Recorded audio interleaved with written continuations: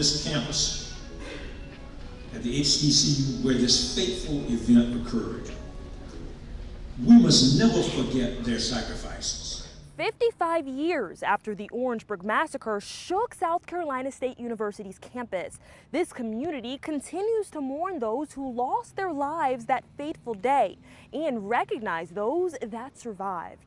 February 8, 1968 is a day the Orangeburg community will never forget. Chaos erupted on the campus of South Carolina State University after a group of black student activists protested the segregated All-Star bowling alley. Highway patrolmen fired into a crowd of students on campus, killing 3 students, Samuel Hammond, Delano Middleton, and Henry Smith. The late Bobby Eady was a survivor of the massacre and one of 28 who were wounded.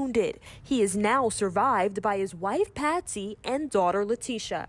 It was something that he felt was so needless because they were innocent students.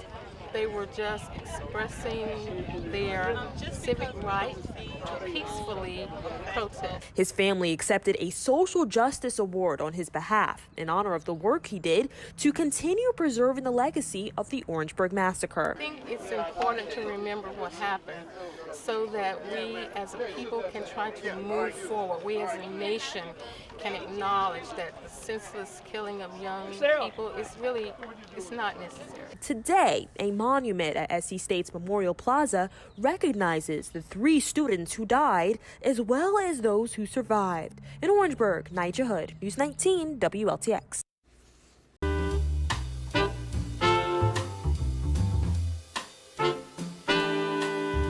In the first grade, my first grade teacher gave me a box of crayon and a coloring book. And that's how I got started. From there, artist Floyd Gordon says his love of creating art was born and took on a life of its own. He's been painting in Orangeburg County for about 75 years. His art reflects his real-life experiences growing up in rural Orangeburg County in a family of 13 sharecroppers in the 1960s. During that time, I was just trying to find my way, by working in the cotton field, working on the farm. I just knew that art was something that I loved to do. He uses his art as an outlet to connect others to his roots. I certainly was happy to get out of the cotton field, because that's something that we had to do. That's something just about everybody, all black people had to do.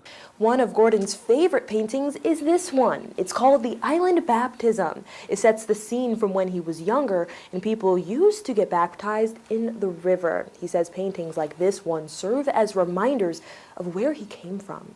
Everything that you need is on the farm. So it kind of reminds me of good times. Gordon's work is housed in a gallery on Russell Street in downtown Orangeburg. For Street Squad Orangeburg, Nydja Hood, News 19 WLTX.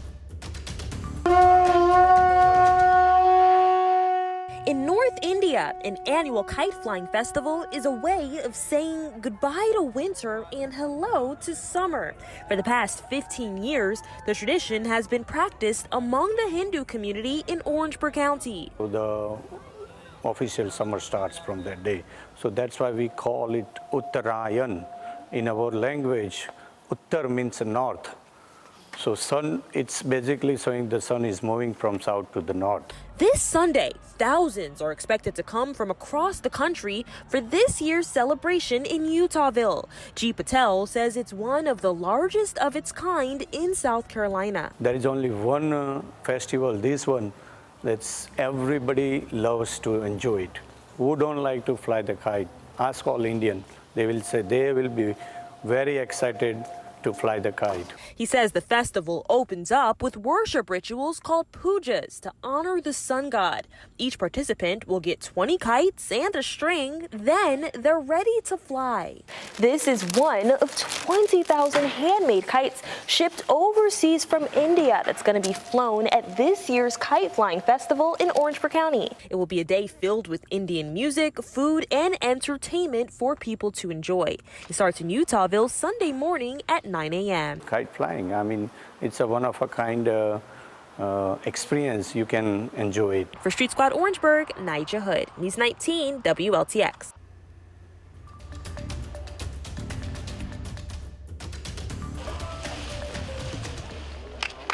A nostalgic triumph as the city of Casey memorializes the former Casey Colored School with a historical marker. I am blessed to say that I got my starting right here at the Casey Elementary School. 93-year-old Isola Washington Calhoun went to the school that would eventually be renamed the Casey Negro Elementary School more than 85 years ago.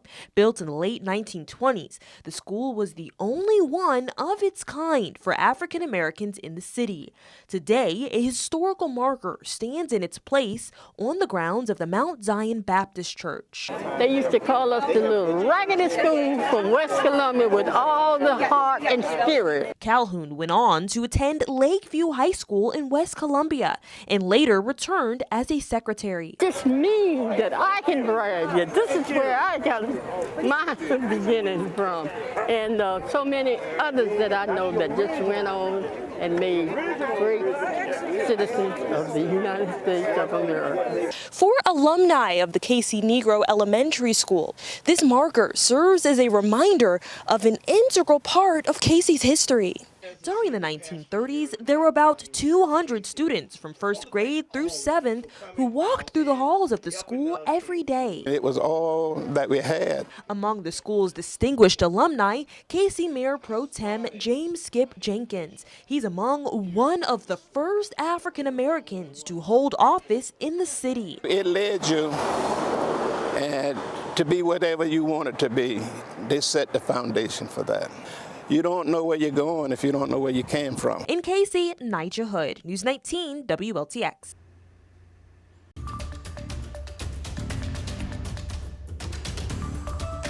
But I was integrated into the fabric of Christ the King, or the fabric of Christ the King was integrated to me. That's how Dr. James Sultan recalls his days going to Christ the King Church and Christ the King School in Orangeburg.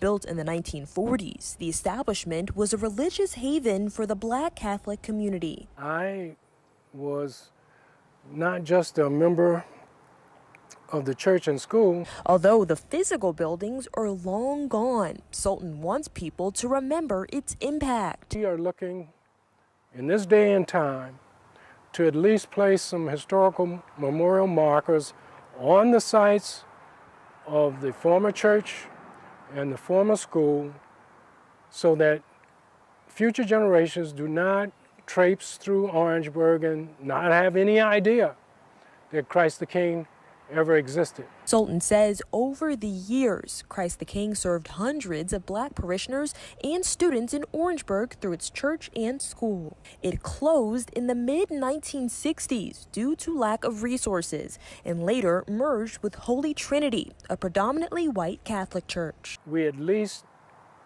do this little bit to make sure that Christ the King is not expunged from the history books. Sultan hopes to place the two historical markers in March, one on Treadwell Street, where the former Christ the King Church was located, and the other on Amelia Street, where the Christ the King school grounds were. For Street Squad Orangeburg, Nydja Hood, News 19 WLTX.